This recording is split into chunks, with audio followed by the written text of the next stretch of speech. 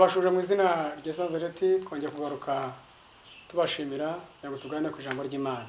Imana ishimwe kandi yagwe icyubahiro. Amazina ni yayandi Inyandwi Desire nkuko nabibabwiye, abansengera muri Pentecote ADPR, akaba ari umuntu wanjye uvuga tumwe bwiza bwa Yesu Kristo Nazareti. Aba n'umunyamasengesho, Imana tugire neza. Ashimiye abaje bankurikirana mwese kuri cano gutabarwa n'Imana, abakurikije ijambo ry'Imana, Imana ibaha umugisha mu izina rya Yesu Nazareti. Dushimiye ko Uwiteka akoze ibikomeye akatwongera iminsi yo kubaho, tukaba tugarutse kongera kubabwira ubutumwa bwiza bw'ijambo rye. Imana ishimwe kandi ihabwe icyubahiro. Hari ibyo Yesu yaduteguriye, hari ibyo Yesu yaguteguriye, bamaso utega amatwi kuko hari byiza Imana itugambira twese mu izina rya Yesu Nazareti. Rero uhumure, Imana iracyahari kandi gufite umugambi mwiza. Iki nshaka cyo gushakaho no gukiranuka, ukumvira Imana nkuko ibikeneye cyangwa nkuko ibishaka. Uwiteka ahabwe icyubahiro. Rero mu kanya gatoya reka dusenga dushima Imana kugira ngo tujye mu mwanya mwiza w'ijambo ry'Imana. Data mu izina rya Yesu Nazareti isumba byose, turagushimiye kuko ubuntu bwawe n'imbabazi nyinshi. Tugushimiye ko warinze igihugu cyacu, tugushimiye ko warinze abantu muri rusange, wakoze ibikomeye. Uwiteka w'icyubahiro, tugarutse kuvuga ibyawe kandi umwuka wera atuyobore. Ntaba ari twe, izina ryo komeza guhabwa icyubahiro. Mwuka wera akora ibitangaza. Buri wese uzakurikirana ijambo ryawe, buri wese uzakurikirana kino kiganiro, kizagira icyo gikora mu bugingo bwe, kizagira icyo gikora mu buzima bwe. Mu izina rya Yesu Nazareti turakwinginze, mwuka wera akomeze kutubasha muri byose kubwa Yesu Kristo Nazareti. Amen. Yogana ku ijambo ry'Imana rero rifite intego ivuga ngo gira umwete wo kumvira Imana mu gihe cyawe. Gira umwete wo kumvira Imana mu gihe cyawe. Abatubanjije bagize umwete wo kumvira Imana mu gihe cyabo, ariko nge nawe Yesu ashaka ko tugira umwete wo kumvira Imana mu gihe cyawe, mu gihe cyanjye. Turasoma ijambo ry'Imana mu Guteka kwa kabiri ibice 28 umurongo wa mbere turageza ku murongo wa 8 cyangwa wa 10. Tuze no gusoma muri Danieli igice cya mbere umurongo wa 8. Turebe abantu bagize umwete wo kumvira Imana n'abatarayumviye igihombo bagize cyangwa umuvumo bafite utoroshye. Imana ishimwe ihabwe icyubahiro. Turasoma umurongo wa mbere, havuze ngo nugira umwete wo kumvira Uwiteka Imana yawe, ukitondera amategeko yose gutegeka uyu munsi. Uwiteka Imana yawe izagushumbisha mu mahanga yose, iyi migisha yose izakuzaho. Niwumvira Uwiteka Imana yawe, uzagirira imigisha mu mudugudu, uzagirira imigisha mu murima, uzagira imigisha mu mbuto zo mu nda yawe. Imana ihabwe icyubahiro. Aba ni Abisirayeli Imana yaburiraga kugira ngo bayumvire. Yabavanye muri Egiputa mu buzima bukomeye bw'uburetwa bwa Farawo. Nawe aho Yesu yakuvanye harakomeye. Wibutse iby'Imana yakoze wajya ushimira Imana. Wibutse iby'Imana yakurengeye bikomeye washimira Imana. Yesu aragira ngo umwumvire ushireho umwete. Abisi bagira umwete wo gushaka iby'isi. Abisi bagira umwete wo gukora ibidatunganye. Ariko mwene data unyumva, uri mu Rwanda, uri Burayi, uri muri Amerika, Burasirazuba, Burengerazuba, gira umwete wo kumvira Uwiteka Imana yakuntumyeho nge nawe kugira ngo tuyumvire, kuko igihe kirageze kandi kirasohoye. Kabasenga data musengera mukuru mu mwuka. Imana ihabwe icyubahiro. Rero mwene data wowe unyumva uzambona, Yesu agukeneye kugira ngo umwumvire. Igihe cyose hari ukora mu kazi kandi aho ukora bagira ngo wumvire shoboje ukorera.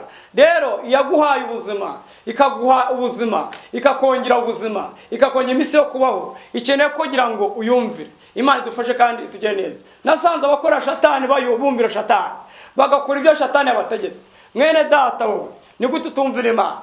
Niki wabuze? Kwari imbaraga. Niki ushaka? Kwari kuboko kw'Imana. Ushaka iby'isi, ariko ibyo by'isi bizana n'isi yabyo. Uwiteka tugire neza kandi atubashishe. Abisirayeli biraye mu bice, bagize ku Imana ibarokora nkuko nawe yakurokoye. Barirara ntibumvira Uwiteka Imana baratana. Haba watanye ugateshuka, warakije ukongera ukagwa, wari mu byaha uziko ari umunyenga. Gira umwete wo kumvira Uwiteka Imana. Nta kintu kumvira Imana ni ukuva mu byaha.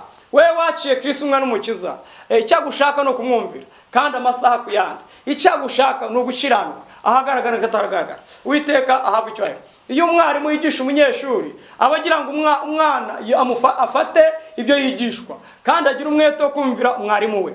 Rero yakuremye ikandema, iragira ngo ugire umwete residefo wo kuyumvira. Imana idufashe kandi tugire neza. Lati efore mande yasika. Aho isi igeze bigeze aho tugomba kumvira Imana. Imana tugire neza kandi tubashishe. Lati efore mande yasika. Ngo nugira umwete kumvira amategeko yose, iyo migisha izakuzaho. Twibwa dushaka imigisha, tukajya gushaka imigisha itandukanye hano mu isi dushaka imigisha, ariko umugisha tubonye ni ukumvira Imana, ni ukugira umwete wo kumvira Uwiteka. Ngiyo migisha yose izakuzaho, haba mu rushako, mu kubyara, mu gutunga, mu kororoka kw'inka uzoroye uzitunze, uzagira umugisha. Umaze gushaka uzabyara, wabuze kubyara umvira Imana, izaguha urubyaro. Yesu atugire neza kandi atugire neza, adufashe. Warahombye umvira Imana, Yesu azakungura. Uwiteka atugire neza. Mubyeyi ugarukira, umupapa ugarukiraho, musore mwene data garukira aho ngaho. Yesu akeneye kugira ngo umwumvire, ugire umwete wo kukumvira. Imana tugire neza. Twabonye abantu bumviye Imana. Daniel agambira mu mutima we wo kutiyandurusha ibyo kurya by'ubwami, kandi banyazwe n'uno mwami mu gihugu cy'ubunyagano, ariko agambira mu mutima we. Uwiteka tugire neza. Ugambira iki mu mutima wawe? Yagambira kugira ngo yumvire Imana. Lesi etara binifasir. Gambira neza. Yesu aragukeneye, Yesu aranyeneye. Iyo umuntu yumviye Imana arakiranuka. Ntabwo wakiranuka utumvira Imana. Imana idufashe kandi tugire neza. Iyo mwarimo kwigisha ugomba gukurikira icyo kwigisha kugira ngo umwumvire. Iyo utomwumviye ntabwo ufata icyo kwigisha. Rero nge nawe Yesu aradukeneye kugira ngo tumwumvire. Uwiteka dufashe kandi atugire neza mu izina rya Yesu.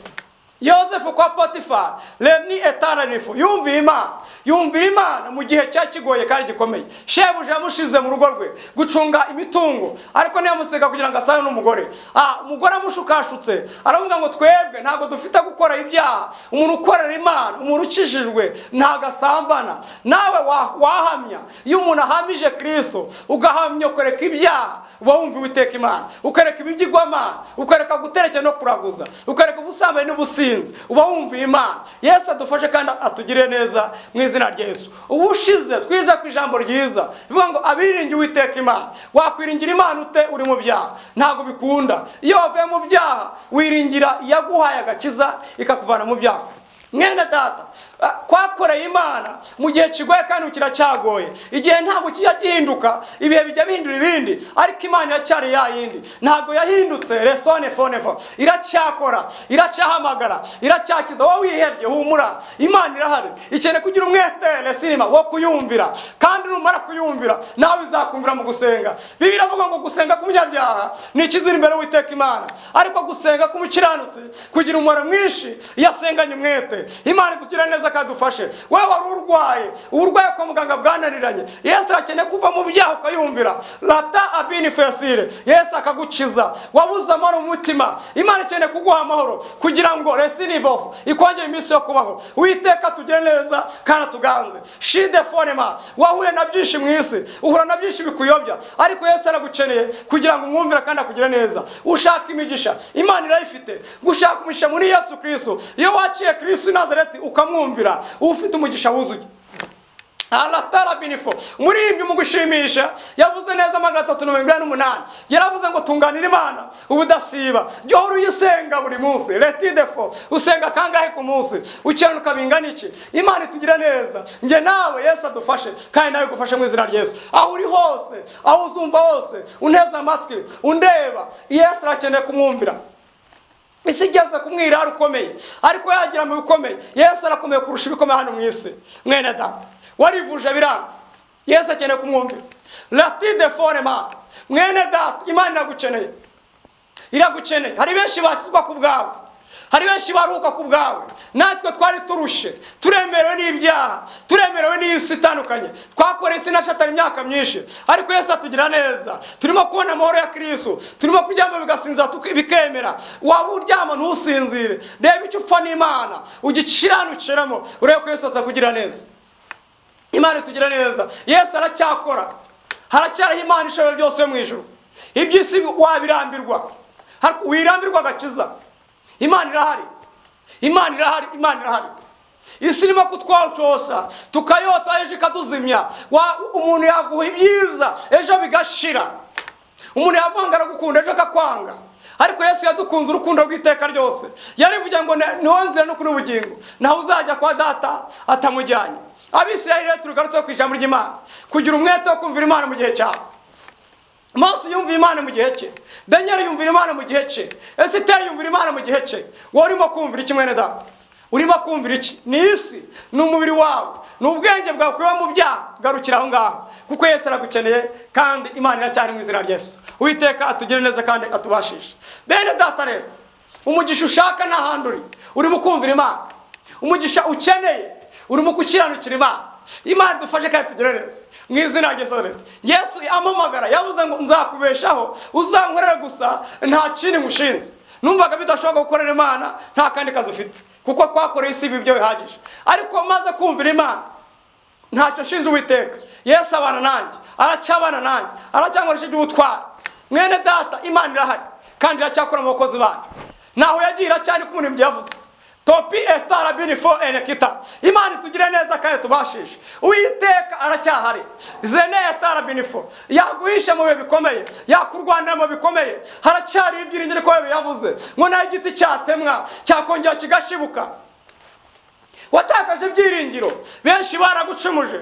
Reside fonetaye, menekute forema. Wenda byasanga muri uno bwambara atari ijambo, atari ubwambara uryumvishije. Uryumvishe kenshi. Byaba rigarutse bitewe n'impamvu.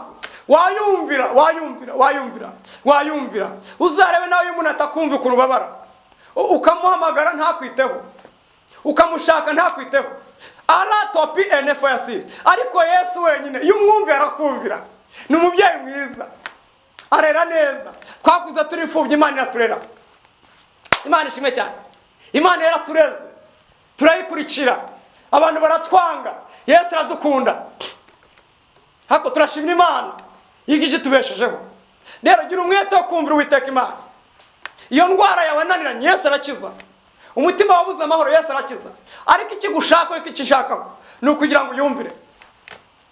Nubwo abantu bashize umwete mu kumvira mu by'isi, wakumvira Imana yakuremye, ukareba iherezo ry'ubuzima bwawe, ukareba iherezo ry'ubugingo bwawe. Imana ikakugira neza. Uwiteka kandi atugira neza. Yongera dukomeze. Iyi si ukuyibamo nta gakiza, ni uguhomba. Kuyibamo utiringiye ijambo ry'Uwiteka Imana ni uguhomba. Mwene data, ubugingo bwawe buri hehe? Ubugingo bwawe burimo kugana hehe? Burimo kugana hehe? Mu byo urimo wabivuyemo. Ko Yesu agukeneye, hakeneye ubugingo bwawe, hakeneye ubwo bwenge ufite ubukoreshe mu gukiranuka, hakeneye icyo cyubahiro ufite ugikoreshe mu gukiranuka, hakeneye izo mbaraga z'isi uzikoreshe mu gukiranuka. Ubwo buranga bwawe ukiranuke ku Mana. Nta muntu ufite Imana yaremye ugomba kwikoza isoni. Imana ishimwe kandi tugire neza. Kuba ugenda mu muhanda, hari abagenda ntibagaruke. Yesu aragukeneye kumwumvira. Yesu aragukeneye. Imana yatanze umwana wayo kugira ngo agacungure nawe gucungure. Mwene data unyumva, unteze amatwi undebe. Haleluya. Imana idufashe kandi tugire neza. Nene kutefu yasire. Muri ibyo yarakuza ngo ninde numye mu murima wanjye. Yesu yagutuma ukagenda. Uwahagarara Imana, uyikoze isoni mu buryo butandukanye. Gira umwete wo kumvira Uwiteka Imana. Gira umwete wo gukiranuka. Gira umwete wo gusenga Imana. Leresita kude forema. Wowe wihebye, wiheshwe na byinshi, wanzwe n'imiryango, Yesu arahari. Ntawe yagira cyahira cyakora. Nanjye imimbaraga zo kongera kugira umwete wo kumvira Uwiteka Imana. Morodekayi yumviye Imana ku irembo, Lesita ponefo. Agira umwete wo kumvira Imana. Hamana amugerageza kugira ngo amufukamire cyangwa amuramye. Ariko yarafite Imana isumba byose. Levo enetasire. Waramya inosi cyangwa ukaramya ubwenge bwawe bukazagupfira ubusa. Ramya Uwiteka wakuremye kugira ngo azakurwane mu bihe bikomeye kandi bikomeye ku buzima bwawe.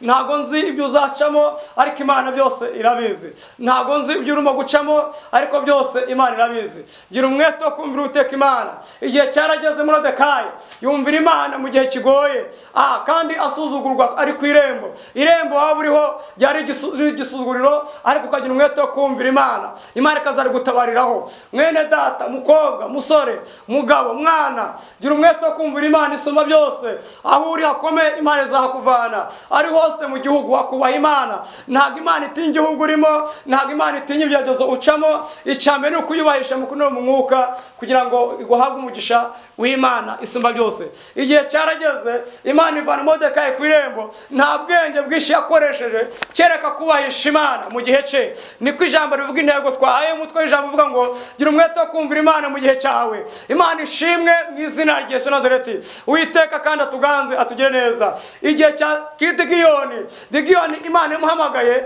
ariko igira umwete wo kumvira Uwiteka Imana, asenya ibigirwamana iwabo. Aburahamu yumviye Imana mu gihe cye, Imana imuvana mu y'Abakaludaya, agira kumvira Imana, arayumvira abona umugisha. Nawe mu y'Abakaludaya ibyaha wayivamo ukumvira Imana, Yesu akakurokora akagutabara, Yesu akagushyiraho uburinzi. Imana itugire neza kandi tubashishe. Gupfa si ikibazo, ubuzima bw'abantu bw'isi bwarangira, ariko mwene data hacyari ubundi buzima. Nyuma y'ubuzima haracyari ubuzima. Gira umwete wo kumvira Uwiteka Imana. Hari igihugu cy'abera yategura abera Uwiteka, nawe wabamo, nanjye nkabamo. Nta kintu kizatujyana mu ijuru. Niko umuririmbyi yavuze ngo abagezeyo baragwiriye, ngo ariko abandi baracyari mu nzira. La cité fort enema teki de fore mande asire dotaya. Mwene data, waba wenda utizera ko Imana iriho, irahari. Nta wundi ushaka gupinga, ariko Imana yaraje iranyemeza. Yesu yaransuye arampamagara, mucyo Imana urandasira. Nari mu mwijima ukomeye, niko umuririmbyi yavuze, aramfata aransayura. Nari mu byaha bikomeye, ngira umwete wo kuyumvira. Nizeraga abantu, niringira imiryango, ariko ntacyo yamariye. Nawe rero wakwiringira byinshi, ariko Uwiteka arahari kugira ngo akurokore, kugira ngo akugire neza. Shetobi enfo, Yesu yatuvanye muri Nyabingi, byari bikomeye, twavutse mu miryango mibi, ariko Yesu aragukeneye kugira ngo wongere umwumvire, agutabare kandi akugire neza. Ntaba bikugoye, ariko nta kigora Imana. Banatofeo nta kigora Imana. Yesu aracyakora. Ikibuza n'umutima wawe kugira ngo Imana ugire neza. Resite kodefo, ibitekerezo byawe bishire ku Mana, uve mu mwijima ucira burindi, Yesu azakugira neza. Yohana 12:15 11 aravuga ngo muri inshuti zanjye sinjye bitabagaragu. Hano mwishi tugira inshuti nyinshi, ariko zijya ziduhemukira zikaduta. Yesu yakubera inshuti levone tasire, ariko yaravuze ngo nimugira umwete wo kumvira amategeko yanjye. Niko ijambo intego twarihaye, kugira umwete wo kumvira Uwiteka Imana. Igihe cyarageze Abisirayeli banga kumvira Imana yavanye mu buretwa bukomeye, nawe hari uburetwa Imana yakuvanyemo, usigaye wambara bikemera, ukabyuka bikemera, nawe wakongera ukagarukira Imana, Yesu akakugira neza. Haracyari ibyiringiro ko Imana yagutabara. Ikigushakaho ikishakaho ni ukugira ngo ugire umwete wo kongera gukiranuka, wo kongera gusenga, wo kongera kuyumvira, ukiyambura umwenda mubi. Enesekiye dotaya, Pawulo yavuze neza mu Roma 13:11 ngo mugire umwete lefo kumvira Uwiteka Imana, ngo kandi mwiyambura imirimo y'umwijima, mwambara Umwami Yesu Kristo, ngo mube maso, ngo nimukanguke, kuko igihe twizereye gisohoye. Uravuga ngo Yesu azaza ryari? Urupfu ntabwo rutinze. Nubwo Yesu atinze gutwara itorero rye, ariko urupfu ruracyahari, urupfu rurimo kwihuta. Waba maso rero ugakiranuka, lesire bonefo, ukava muri umwijima, Imana ikakugira neza. Shetobini fodotaya harasini mini kotefo, Imana ihabwa icyubahiro. Wowe urwara umutwe, Imana ibakumbwira urwara umutwe, Yesu aracyakiza. Kwa muganga barakuvuye biranga, unywa imiti biranga, ariko Yesu aracyakora. Uwo mutima urwaye, Yesu yawukiza. Letobini fasire, yo muhumekero yawe urwaye, Yesu yawukiza. Ikikeneye kumwizera ugakiranuka. Ntabwo wagira umwete wo kumvira Imana utabasha no kwizera. Yesu akeneye ko wizera, ko ibyo byose yabikuvanamo akakubohora, Imana ikakugira ibambe. Zekude fone tasire, Imana irahari kandi iracyakora. Ijambo ryanjye uko Yesu ari niko azahora iteka ryose. Gira umwete uyumvire, gira umwete uyumvire. Muvuga butumwa mukozi w'Imana, yumvira Imana uko wambaga niko ukiri. Wereka ko ibyaha ugatinya Imana, none usigaye utinyuka ibyaha. Wakumvira Imana ukayigarukira aho ngaho. Byose yarabibonye. Zaburi haravuze ijambo ryiza rikomeye 50, haravuga ngo Imana yacu niza nizaceceka. Yesu arahari, mu byo urimo arabireba, ntajya ahusha, igihe cyose arareba. Twebwe turi impumyi, inosi ni impumyi, ariko Imana ireba byose. Imana ishimwe habwa icyubahiro, ishoboye byose. Igitambo cya mbere Yesu ashaka no kwihana ibyaha, nta bindi. Ibyo azakugira ibindi bitambo ni ukubesha.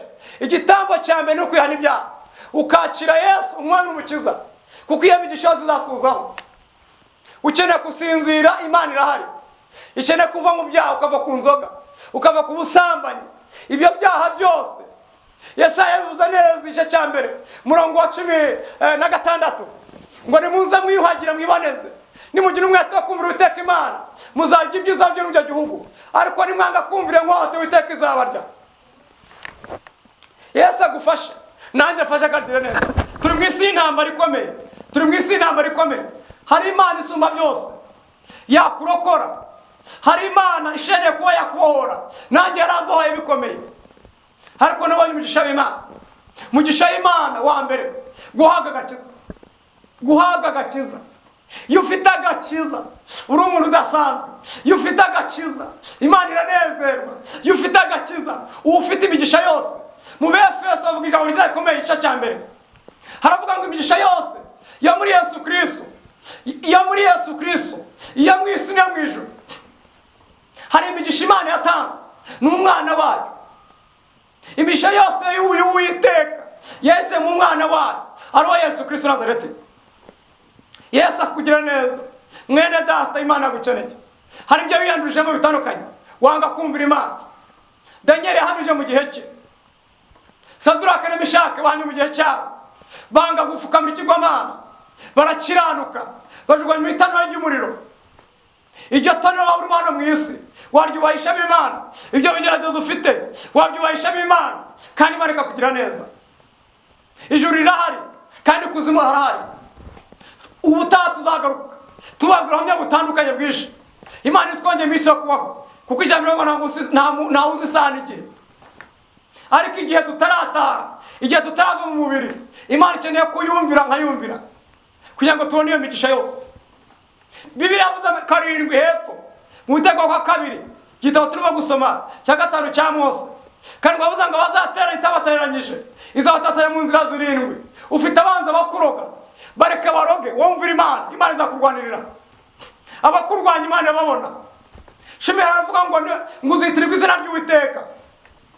Wakwitirwa izina ry'Uwiteka mu busambanyi, wakwitirwa izina ry'Uwiteka uri mu buhehezi, uri mu bwibone bwagutanze imbere. Kiranuka, umvira Imana, asinima. Yesu aragukeneye. Ukeneye kwitirwa Imana, izina ryayo yumvire. Hepfo aravuga ngo ijambo ryiza rikomeye 11, haravuga ngo ntabwo naguhinduye umurizo, naguhinduye umutwe. Leti defo wo kuyobora. Yesu yaguhinduye udasanzwe, ukagira ijambo mu muryango, ukagira ijambo mu byo ukora, ukagira ijambo mu gakiza, kuko wayumviye. Ariko shyiramo umwete, nanjye shyiramo umwete. Akimbaraga ntabwo umuri wabyishoboza. Paulo yavuze neza ko dushobozwa na Kristo duha imbaraga. Nta kindi cyaguha guhamya, nta kindi cyaguha kugira umwete. Ni imbaraga z'Umwuka w'Imana, ijambo ry'Imana niryo ryagukomeza, nta kindi cyaguhindura. Ijambo ry'Imana ryumvira ryaguhindura. Natwe ryaraduhinduye, twari babi kurusha abandi, ariko Yesu atugezeho tugira umugisha udasanzwe. Imana ishimwe kandi Uwiteka agucyubahiro. Aho uri wari hose, uri mu Rwanda, uri hanze, mu bihugu bitandukanye, Yesu aragukeneye. Naho Imana itaguhera agakiza, baba bangaye ko wakizwa, Yesu nugukeneye. Agakiza ni ku butoni, Yesu nugushaka. Nukizwa benshi bazakizwa. Wirinda mu muryango ntibarakizwa, Yesu aragukeneye. Nanjye ntabwo wari bakijijwe, abamaze gukizwa ni benshi. Yesu dufatanyije, kuko azagaturuka ku Uwiteka Imana. Imana ishimwe kandi habwe icyubahiro. Letore foneta. Ndoni Imana itanga amahoro no kumara kuyumvira. Hari Imana ishaka gukiza ubuzima bwawe, hari Imana ishaka gukiza ubugingo bwawe, nugira umwete wo kuyumvira. Leside fonataya. Hari Imana ishaka kuba yakuzamura, nugira umwete wo kuyumvira. Hari Imana ishaka kuba yaguha imigisha, nugira umwete wo kuyumvira. Nta kindi ni ugukiranuka, ukava mu byaha, ukava mu byaha, ukava mu byaha.